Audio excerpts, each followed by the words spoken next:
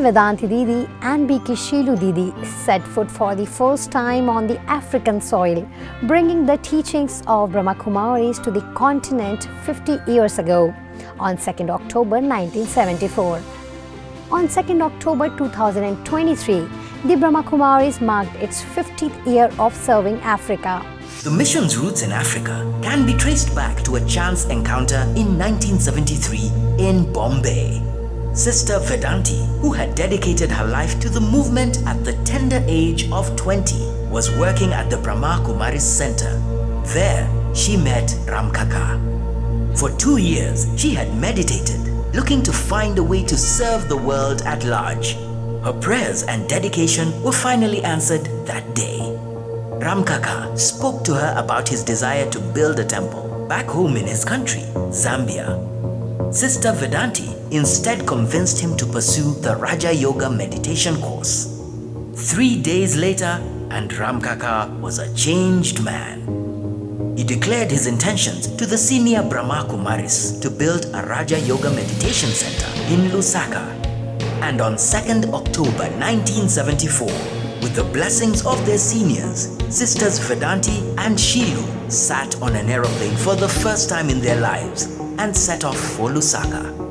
Thus, the first chapter of the Brahma Kumaris World Spiritual University in Africa was written. Subsequently, centers for meditation and spiritual learning were set up in 16 countries across the continent, helping individuals transform their perspective of the world from the material to the spiritual, underpinned by the belief that our collective conscience impacts our outer world. And as an individual awakens a higher consciousness within and restores peace and dignity, it has the power to transform families, societies, and nations. With programs at the university focusing on meditation, living harmoniously with people and the planet, practicing values in daily life, positive thinking, and stress-free living skills. And all activities offered free of charge and managed and supported entirely by volunteers. In 1986, the Brahma Kumaris Africa received a Peace Messenger Award from the United Nations for an international project called Million Minutes of Peace Appeal. Under the guidance of Sister Vedanti, in 2004, the movement expanded its footprint to 40 countries in the continent through an initiative called Serve Africa.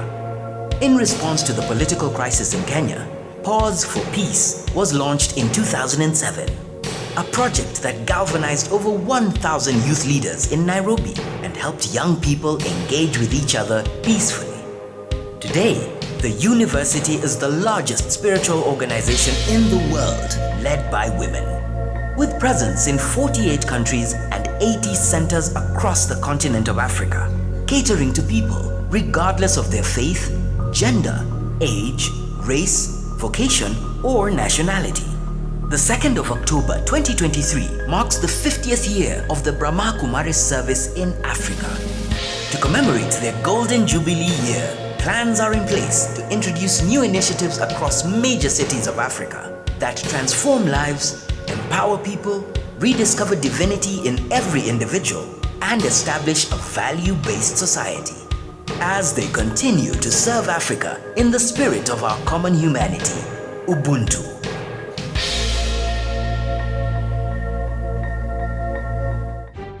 On this special occasion, a grand public program was organized in Nairobi, Kenya at Boardwalk Mall to celebrate the Golden Jubilee of Brahma Kumaris services to Africa. The special guests of the evening were Annie Wengubi, the Principal Secretary, State Department for Performance and Delivery Services, Henry Tegiger, the Ambassador of the European Union to Kenya, businessman Mr. Nizar Zuma and Dr. Hasmukh Dauda expressed their views in the program and congratulated the Brahma Kumaris for their services. I'm standing here today because Brahma Kumaris has impacted me throughout my journey through life. Early on, as a young professional, I came in contact with Brahma Kumaris in Vienna, Austria, where I was working for the UN. And like Nisa Juma, what most impressed me with Brahma Kumaris is that it welcomes all people and respects all religions, beliefs, and that its teachings are purely spiritual, helping people to develop their spirituality and unfold their full potential. I have witnessed Brahma Kumaris activities in Austria, in Guatemala, in Belgium, the US, and in Kenya, and India. And it is truly impressive to see that Brahma Kumaris sisters and brothers walk the talk. Wherever they are shining examples to all around them of how to live a truly fulfilling life. They do not only spiritual work, but are also helping transform the world through their charitable activities, including on environmental protection and climate change. We live in a time of great division and conflict, but the Brahma Kumaris show us that it is possible to overcome these challenges and create a more peaceful and harmonious world. Through their teachings and their example, the Brahma Kumaris have shown us that we are all one family. We are all connected to each other, and we all have a role to play in making the world a better place. I was attracted to the Brahma Kumaris because I found out that Brahma Kumaris accept you whether you are a Christian or a Muslim or a Buddhist, or doesn't matter where you are from, what your religion is, what your background, what your color, what your gender, what your age. And this is what I found attractive. The second thing is that Brahma Kumaris is not a religion. They are a spiritual organization. B.K. Chandrika Didi, the Vice Chairperson of Brahma Kumaris Youth Wing from India, B.K. Vedanti Didi, the Director of Africa, addressed the gathering and expressed gratitude to everyone. आज का दिन 2 अक्टूबर गांधी जयंती विशेष दिन है.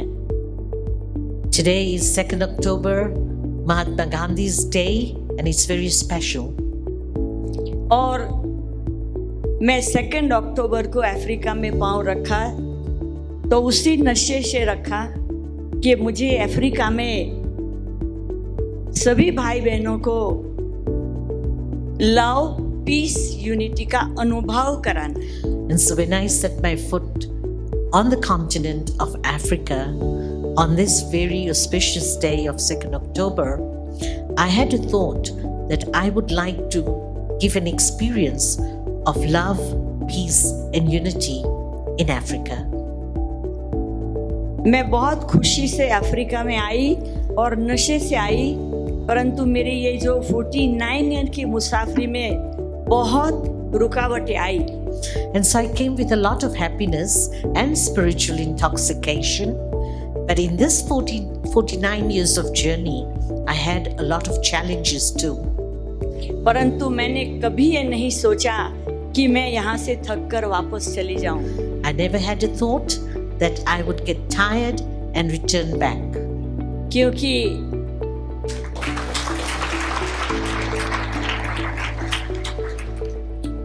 क्योंकि मुझे ये निश्चय था कि मुझे सर्वशक्तिवान परमात्मा ने ये सेवा का चांस दिया है. And so I had that faith that Almighty Authority God gave me this opportunity. One God, one world family. One God, one world family. एक यही आवाज हर दिल से निकली. एक यही आवाज हर दिल से निकली. One God, one world family. One God, one world family. Face your partner and look into the eyes. Don't tie the string yet. First, look into their eyes. Take a moment to go within. Invoke the feeling of love, pure, unconditional love. Make eye contact with your partner. Look into their soul, the center of the forehead. Spread pure, unconditional love. And now you can tie the thread on their right wrist with love.